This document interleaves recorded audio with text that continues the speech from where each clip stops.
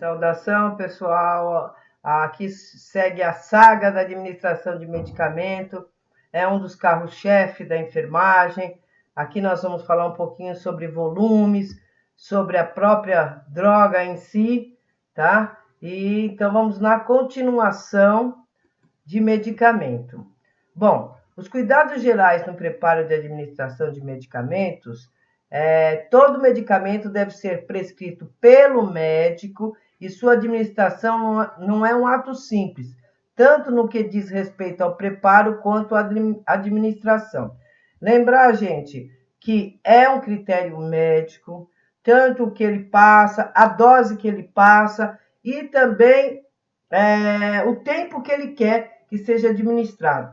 Muitas vezes nós temos protocolo mais em unidades básicas, como tratamento de TB, que já é feita uma reunião onde o médico deixa a critério da enfermeira, porque já houve um protocolo para fazer, entendeu? Então, aí sim, tem hospitais tem UBSs que a enfermeira já pode, se a criança tiver com febre, já entra com algum medicamento, mas tem que ter assinado pelos médicos esse protocolo, senão somente a prescrição tem que ser médica, tá?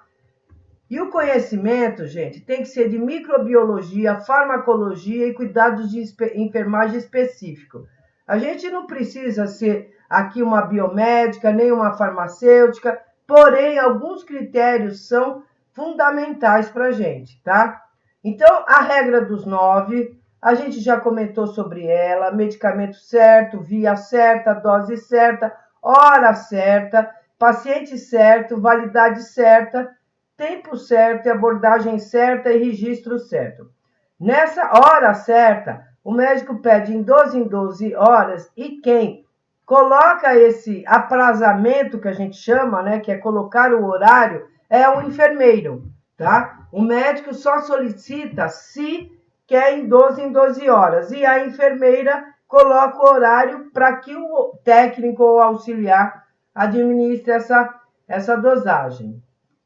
Local de guardar os medicamentos: farmácia, almoxerifado, unidade de enfermagem em menor quantidade. Então, vocês, onde forem trabalhar, cada um tem sua regra, né? Então, a gente faz um pedido, né? Em unidades menores, faz um pedido que dê para 24 horas, né? Todo dia pela manhã é esse pedido. Para a farmácia entrega, a gente guarda no local. Então, isso depende muito da demanda de paciente que a gente atende, mas não fica uma grande quantidade guardada na nossa ala, na nossa unidade, tá? O controle de entorpecente e psicotrópicos.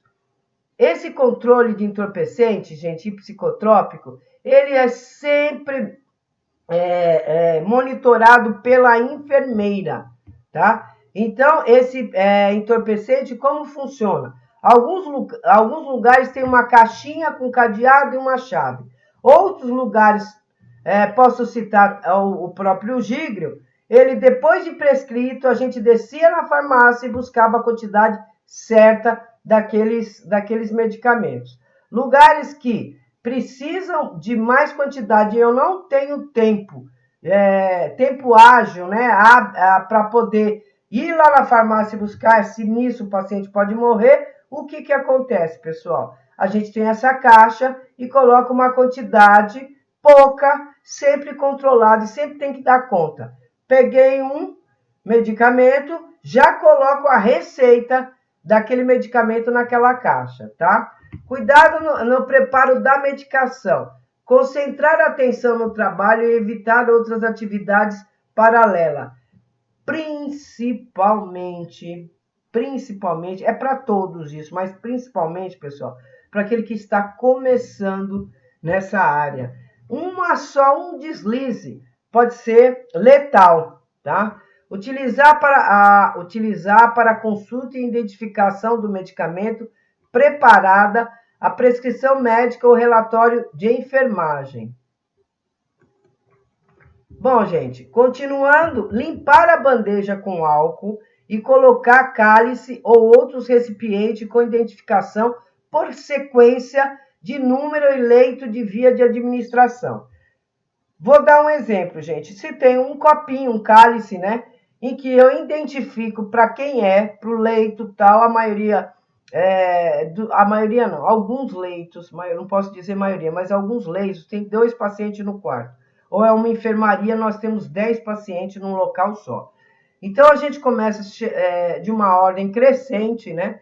Colocando o medicamento naquele frasquinho já aberto, já abrimos, né? E colocamos dentro, já identificando com o paciente qual é o leito, o número de leito, né? Tem que estar o nome do paciente, com letra legível, medicamento sem rótulo, etc. Não preparar o medicamento até o seu esclarecimento. Se houver dúvida, né, gente? Aqui ele está falando letra ilegível. O que acontece, gente? Às vezes o médico, a maior parte é eles, né? Mas eu não digo que algumas pessoas têm uma letra que a gente não consegue identificar. Citando um caso, uma vez o médico prescreveu, eu que fui levar a receita, falando que o paciente tinha, ele prescreveu. Eu só virei as costas e fui tentar ler. Não consegui ler. O que aconteceu? Voltei para ele, falei, doutor, não estou entendendo. Nem ele estava entendendo o que ele escreveu. Então, para você ter ideia que muitas vezes a gente também não entende porque a letra está ilegível, tá? Aí a gente tem que voltar, ver o carimbo, o nome daquele médico para saber o que está escrito. Ou, às vezes, até nós escrevemos com tanta pressa que nós nem entendemos. Estar ciente do estado geral do paciente, efeitos desejados e colaterais do medicamento. Aqui ele está dando um exemplo, gente. Não é porque eu vou administrar o medicamento, eu tenho que avaliar esse paciente, né? Os digitálicos, gente, eles não podem ser administrados se os batimentos cardíacos estiver brade, né? Então, eu tenho que verificar os sinais para esse medicamento antes de administrar, tá? Então, eu tenho que estar ciente do estado. O que ele fala é um estado geral do paciente. Então, aquele tanto que eu vejo, se o paciente tem condições, porque muito medicamento, vamos supor, o paciente até então conseguia deglutir. Voltamos com o medicamento, ele não consegue mais deglutir, né? Podemos aí até chegar a fazer o quê? Uma diluição desse medicamento e voltar com ele diluído. Mas mesmo assim houve engasgo. Então isso tem que ser passado, que provavelmente tem que passar uma sonda enteral nesse paciente.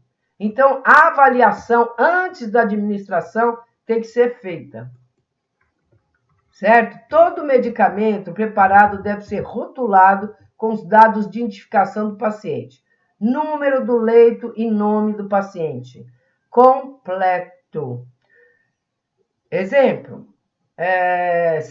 Seu João Antônio da Silva. Eu posso colocar João A. da Silva, mas o primeiro e o último número ele tem que estar prescrito, tá? O nome da medicação tem que estar nesse rótulo. A via de administração e o horário que eu tenho que administrar esse medicamento. Atenção, ler o rótulo do medicamento 3 vezes. Hoje em dia, vamos dar um exemplo de via oral. Tem medicamentos muito semelhantes. Alguns, a maioria é branco, mas existe um que é amarelinho, um que é rosinha, um que é laranja, mas a maioria é branco, certo? Se eu não tomar cuidado, eu vou fazer confusão com esse medicamento. Antes de retirá-lo do recipiente, né, eu tenho que ler. Ele fala o recipiente é o que a gente abre. Antes de colocar o medicamento no cálice ou aspirar a seringa, certo? O correto, gente, é a gente verificar mais de 3 vezes que ali é uma dipirona, e até mesmo quando a gente vai desprezar depois de aspirado, a gente ainda confirma que realmente é aquele medicamento, né? Para vocês verem que não é tão fácil assim essa profissão na qual todos nós escolhemos. Antes de recolocar o recipiente no lugar, ou desprezar a ampola do frasco vazio. Então, aqui ele diz 3 vezes nesse sentido aqui, ó, de olhar e verificar, tá? Ainda no cuidado geral na preparação do medicamento, colocar o recipiente ou seringa com a medicação junto aos cartões que identificam ou rotula com fita adesiva. Então, se a gente colocou essa medicação, já verificou que era aquilo, nós vamos aspirar, vamos dar o exemplo do mais simples, a dipirona, certo? Se ela for intramuscular, ela não precisa de diluição. Então, ela é 2 ml. Eu vou lá, aspiro esses 2 ml, tá? Olho, certifico de novo o que é, desprezo. Vou lá, identifico para quem é e coloco uma fita na seringa. Lavar as mãos antes de iniciar o preparo. Desprezar o medicamento quando houver alteração de cor, consistência ou outra característica. Aí, desse outro lado, eu vejo que às vezes vocês estão perguntando, professora, mas como é que eu vou saber a característica? A gente consegue sim. No começo vai ser um pouco difícil, né, a gente saber que cor, mas a maioria são incolor, né? Ou, por exemplo, a bezetacil é o pozinho com água destilada, aí ela vai ficar um pouco o quê? Opaca, mas não deixa ainda de ser branca, né? Então, se ela de repente virar verde, essa daí não tá característica para uma característica que é indesejável, né? Providenciar o medicamento se estiver em falta na clínica. Providenciar o medicamento se estiver em falta na clínica, não substituindo por outro caso, não tenho certeza absoluta que ambos possuem o mesmo efeito. Então, a gente não pode colocar similares. Nós não colocamos similares, né? O médico prescreveu aquilo, não tem na clínica, nós temos o quê? Que tentar, como fazemos no dia a dia, na prática de um hospital, gente? Estou na clínica médica, não tenho mais medicamento, a farmácia também não tem. Posso pedir emprestado para a clínica cirúrgica? Para pediatria, seja lá onde for, posso. Entendeu? O que eu não posso é substituí-lo por por um outro fármaco que não é da minha alçada. Então, eu vou tentar resolver. Se não, eu tenho que pedir para o médico que solicite qual que ele gostaria, entre aspas, que a gente aplicasse, porque aquele não tem. Tudo é uma padronização, tá, gente? A gente vai lá, tem padronização, certo? Então, a gente já fica habituada a como lidar naqueles hospitais. Mas é o que eu sempre falo para vocês. Primeiro, emprego, minha nova profissão, isso tudo uma instrução que ela tem que ser absorvida. Antes de começar a administrar os medicamentos, deixar em local em ordem e limpo. Gente, passou a cama, né, a limpeza terminal para os auxiliares. A pia é função da enfermagem, certo? Quer dizer, manter a pia adequadamente limpa. Cuidado na administração do medicamento. Não administrar medicamento preparado por outra pessoa e não permitir que familiares de paciente o façam. Bom, aí, gente, tem o seguinte, tem farmácia que já traz preparado dosagem pronta, que a gente fala que é satélite, né? A farmácia vai lá, ela já tá com a dipirona em gotas, diluída, bonitinha, e não nos dá o frasquinho, certo? Então, não fui eu que preparei, foi a farmácia. Então, tem um protocolo que é satélite e a gente aplica. Houve muita discussão de quem é a culpa, se tiver errado. Mas a farmácia, ela vai lá, tem farmácia que é satélite, tem farmácia que já vem até na própria seringuinha, escrito dipirona, só não tem o nome do paciente, né? Dipirona, e a gente vai lá e administra. Essa farmácia, ela tá já autorizada a estar fazendo isso aí. Há muitas divergências, mas vai depender de onde você trabalha, tá? Para ter o respaldo do que é necessário. Não deixar a bandeja da medicação na enfermaria caso necessite de sair do aposento. Aqui ainda voltando, não deixar que outra pessoa, e familiares do paciente o faça. Por quê, gente? Paciente psiquiátrico, a gente tem que pegar e fazer como uma criança. Engoliu, chover a boca, certo? Porque eles muitas vezes põem até no cantinho, você sai, eles gospem tudo. Aí eles entram em surto, certo? Outros pacientes também confusos, eles vão falar que engoliu e não vou engolir, não. Eu falo, isso me faz mal e gospe, né? Então a gente tem que supervisionar quando ele está. Então a gente não pode deixar os familiares também estar fazendo isso, certo? O familiar quiser ajudar com uma água, alguma coisa, tudo bem, mas o próprio medicamento tem que ser da nossa alçada, tá? E aqui, gente, é tipo assim, o medicamento, tem gente que pode falar assim, não deixar a bandeja, vamos supor aí um erro grave.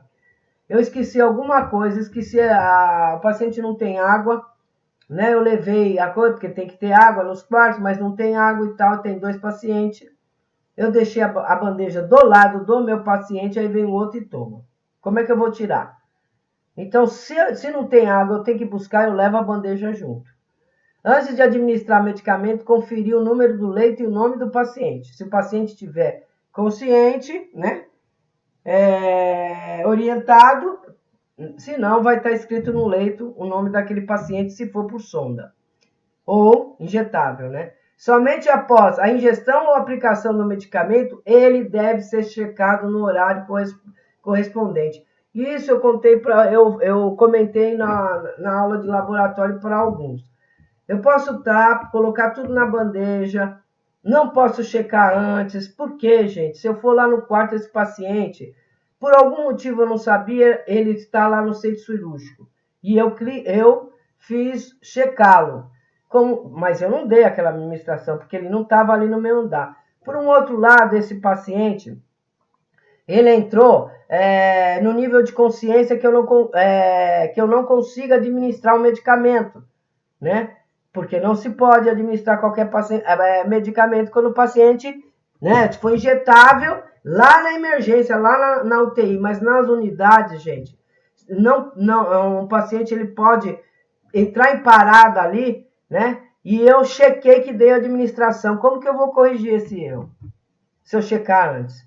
Então, eu administro e volto e checo o medicamento. Se caso não administrei, eu bolo e justifico o porquê eu não administrei, tá? Se o paciente recusar o medicamento, estiver ausência na clínica, não houve medicamento no hospital ou qualquer outro motivo, eu vou bolar, né, esse horário porque eu não dei para o paciente. Gente, o paciente tem o direito de recusar o medicamento, tá?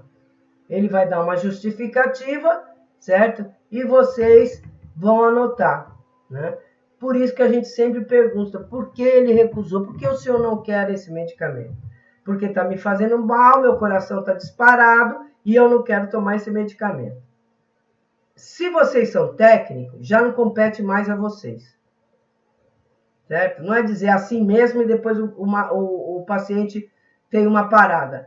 Simplesmente falem, né?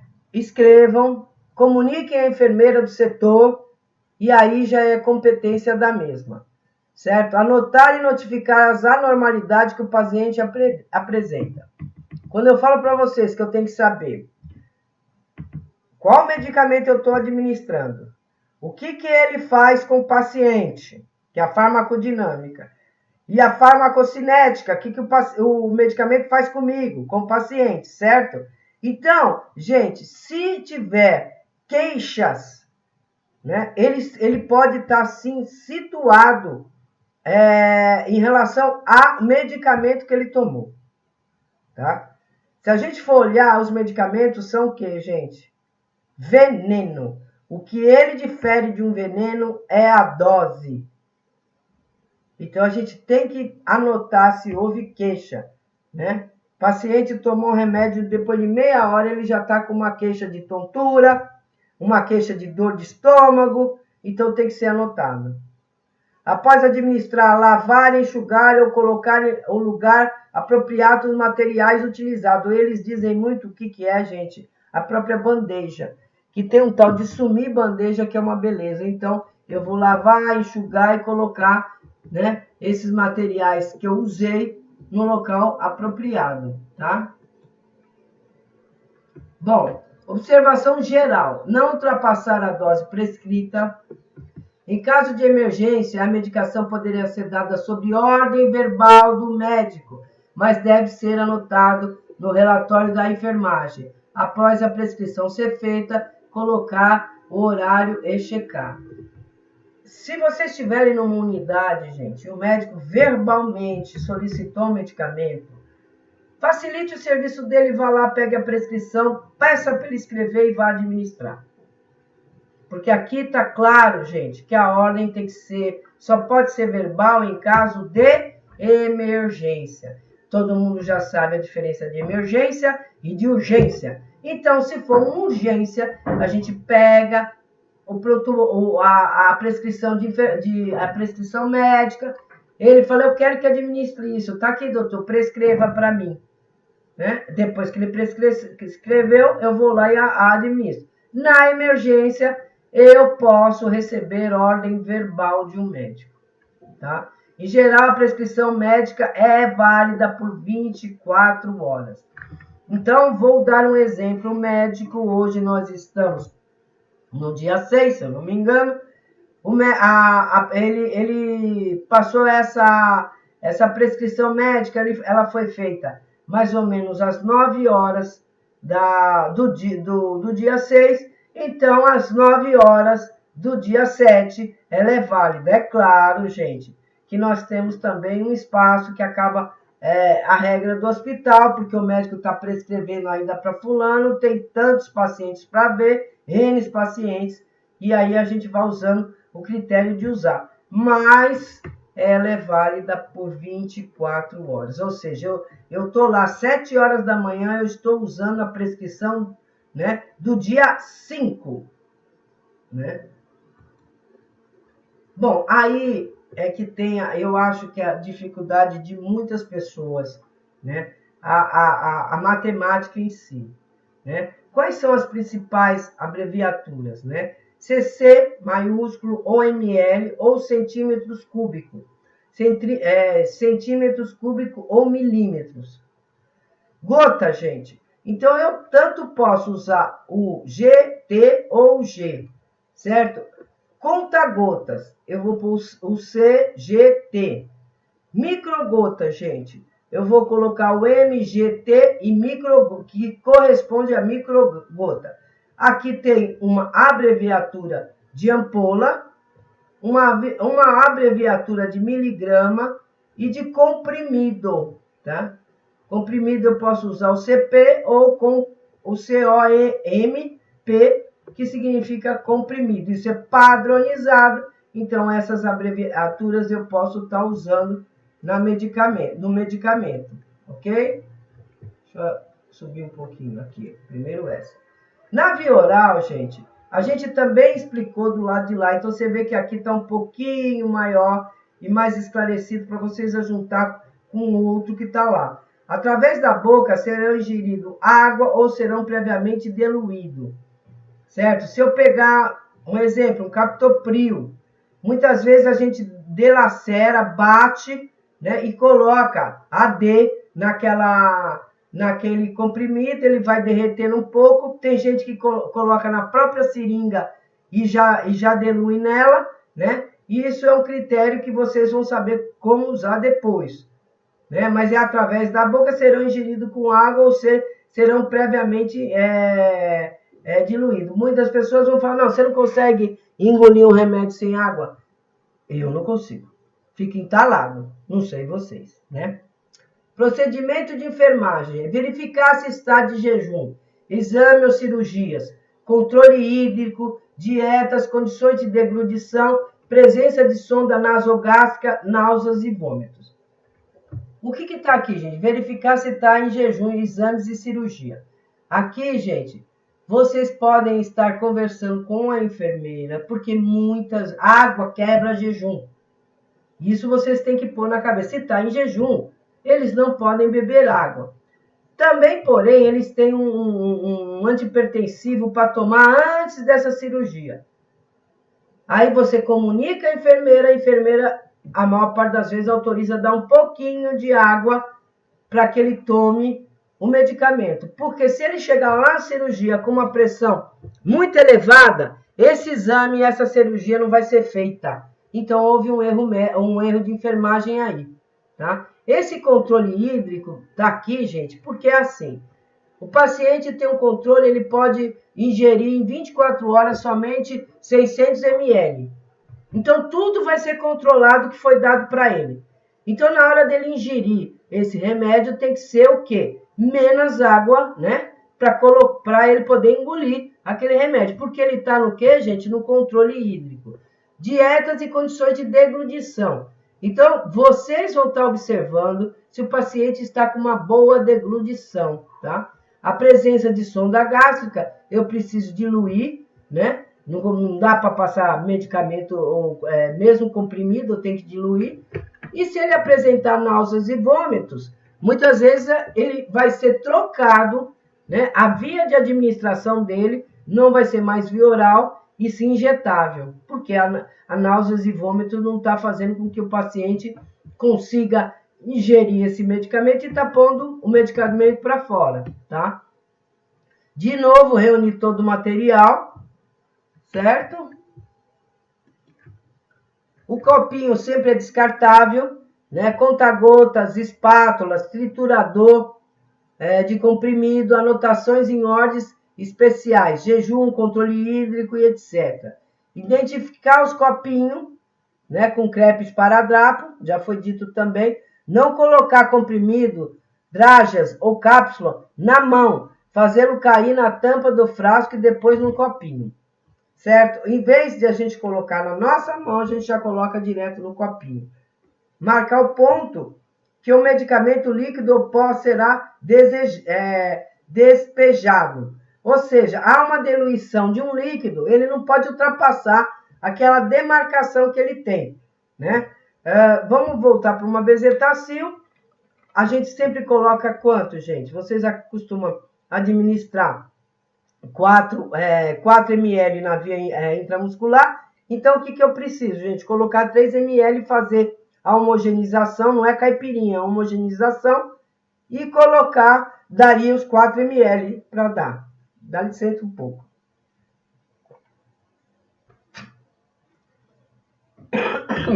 Pronto, vamos lá, vamos à saga. Para vocês verem quanta coisa a gente falou naquele slide e está falando agora também, tá? Ele não está ultrapassando, gente, antes de ler isso aqui, um tempo maior, porque no próprio YouTube não consegue carregá-lo se estiver muito pesado. Então, eu estou colocando menos, né, um horário, para que a gente consiga ter um bom aprendizado. Antes de tampar o frasco, gente, limpar a borda da boca do frasco, fazer uma higienização aí, né? E por conversão, a gente já deu essas medidas na outra lá, né? Em ml. Quando necessário, triturar o medicamento, diluir com água, misturar com a cápsula, deixando no copinho identificado. Identificar o paciente e administrar o medicamento, certificando-se de sua ingestão. Também já explicaram. E depois, checar o medicamento, certo? No medicamento por via sublingual, o medicamento deve ser colocado sobre a língua do paciente, deixando esse absorvido. Deve-se orientar o paciente a não engolir. Quando, gente, um slide repetir um pouco, um ou outro, eu já passo um pouquinho mais rápido, tá? Isso já foi dito em relação à sublingual. Na presença de sonda nasogástrica, obedecer os princípios de administração. Bom, as parentais já foi dita também aqui, todas as vias dela, certo? A seringa, o medicamento tem que ser estéril, a forma líquida e a administração lenta, certo? Seringa mais utilizada, gente, é a de 1 e a de 20, cuja escolha do seu tamanho depende do volume de droga a ser aspirado. E também, gente, a seringa de 20 ou de 1 ml, ela tem a pontinha dela mais comprida. Isso nos dá mais facilidade de manuseio nela, né? Bom, indica-se a via parenteral para quê, gente? Paciente inconsciente, tá? Distúrbios gástricos, não pode estar tomando via oral, impossibilidade de deglutir, quando se espera uma ação mais rápida de uma droga, porque vocês sabem que cada uma tem sua ação de agir, né? A intramuscular é um pouco mais lenta do que as vias parentais. Medicamento que se torna ineficiente em contato com o suco gástrico. Ou seja, o suco gástrico vai desativar aquele medicamento antes dele ser absorvido. Então, ele não pode tomar via oral. Ele não pode fazer o processo gástrico todo, porque ele vai ser inativado. Tá? Os materiais necessários para execução, tá aqui, gente. Lembrando que eu preciso sempre do que para via parenteral EV garrote, tá? Recomenda-se no preparo das medicações dispor material a ser usado. Isso a gente que no horário da manhã, a gente trabalhou um pouco com punção. E o que é necessário, gente? Preparar antes de garrotear. Não se pode ficar muito tempo com o braço garroteado. Pode acontecer o que? Uma cianose e o paciente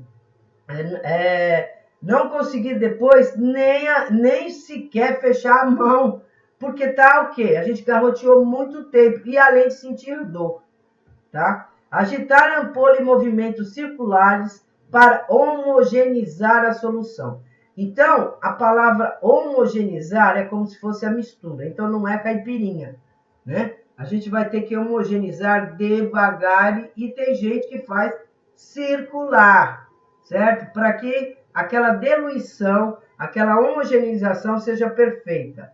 Retirar todo o conteúdo acima do gargalo, ou seja, a gente pega a ampola, bate um pouquinho em cima para aquele pouquinho que ficou lá em cima, ele desça para que eu possa quebrar a ampola, né? Limpar com algodão e deixá-lo protegido, montar a seringa, adaptar a agulha e certificar-se do funcionamento de integridade do mesmo. Romper o gargalo da ampola com algodão, segurando-se entre os dedos indicador e médio. Pessoal, muitas pessoas, e vou dizer também que no princípio da minha profissão, né? Porque fiz auxiliar e depois fui fazer enfermagem. Não sou técnico, então pulei essa etapa. Eu sim levei uns 3 pontos no dedo, por quê? Não fiz exatamente o que está escrito aqui. Para romper, usar o algodão. Hoje eu tenho trauma, gente. Se não tiver algodão, vai ser o gases. Tá? E na emergência vai até meu avental. Mas não pode quebrar, porque corre o risco, sim, de se machucar, de se cortar. Então, não tenho vergonha de dizer que esse aqui é fundamental. Certo? Daqui a pouco já está dando tempo da gente encerrar. Vou fazer mais 2 e a gente encerra. Depois tem mais uma saga.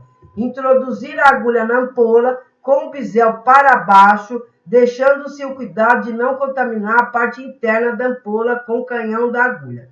Pessoal, aí é aquele velho ditado, se eu não colocar o bisel certo para baixo, eu não vou conseguir tirar o líquido que está da ampola. Então, eu só fico cada vez mais o quê? Puxando e pondo mais ar, dificultando de eu tirar aquele líquido da ampola, tá? Então, a ampola tem que estar encostada no líquido, certo? Do bisel para baixo, para que eu possa puxar aquele líquido que está na ampola. Retirar o ar da seringa, tomando cuidado para não jogar o medicamento na atmosfera. Porque hoje nós temos uma resistência maior de bactéria. Por estar muitos de nós colocando, vai fazer assim, vai tirar o ar, metade do medicamento vai embora. Trocar a agulha após aspirar o conteúdo dos medicamentos. Se eu for, isso aqui ele está dizendo muito, porque se eu for administrar isso aqui intramuscular, não é?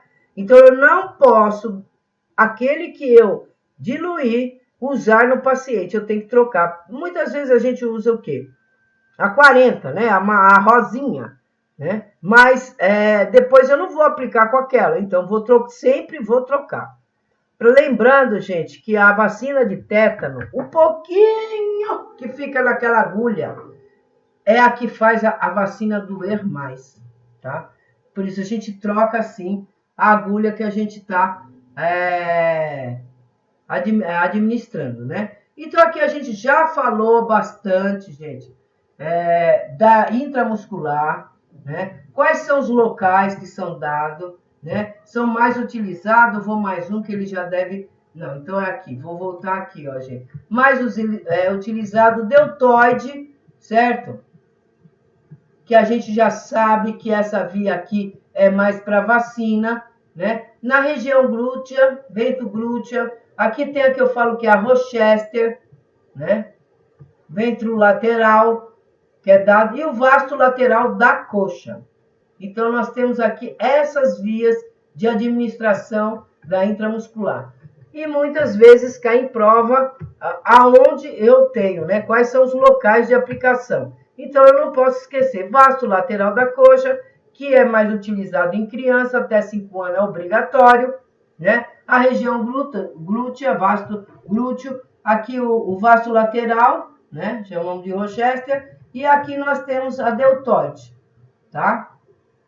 E por hoje já deu 45 minutos praticamente. Nós vamos retornar a continuar, porque aqui caiu uma continha, né? E então nós vamos ter bastante material de medicamento que vocês devem tirar pergunta disso, né? Perguntas, uma delas eu acabei de fazer, quais são os locais de aplicação da IM, quais são os locais de aplicação da EV, quais são os locais de via oral é fácil, né, gente? Mas vamos lá, da intradérmica, da subcutânea, então vocês vão tirando, vão colocando num papel esse tipo de pergunta, quantos ml aquela via aguenta, né? E o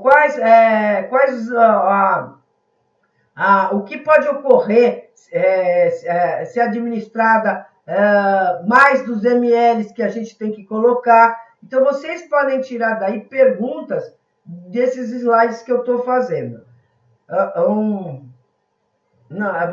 Para a turma da manhã que assiste, uma boa aula pela manhã, e a turma da noite que assiste, que eu infelizmente não vou conhecê-los. Eu gostaria dessa aula que a gente vai ter, né? Para que eu visse o rostinho de vocês e pelo menos conhecesse um pouquinho de vocês, tá bom? Até mais, gente.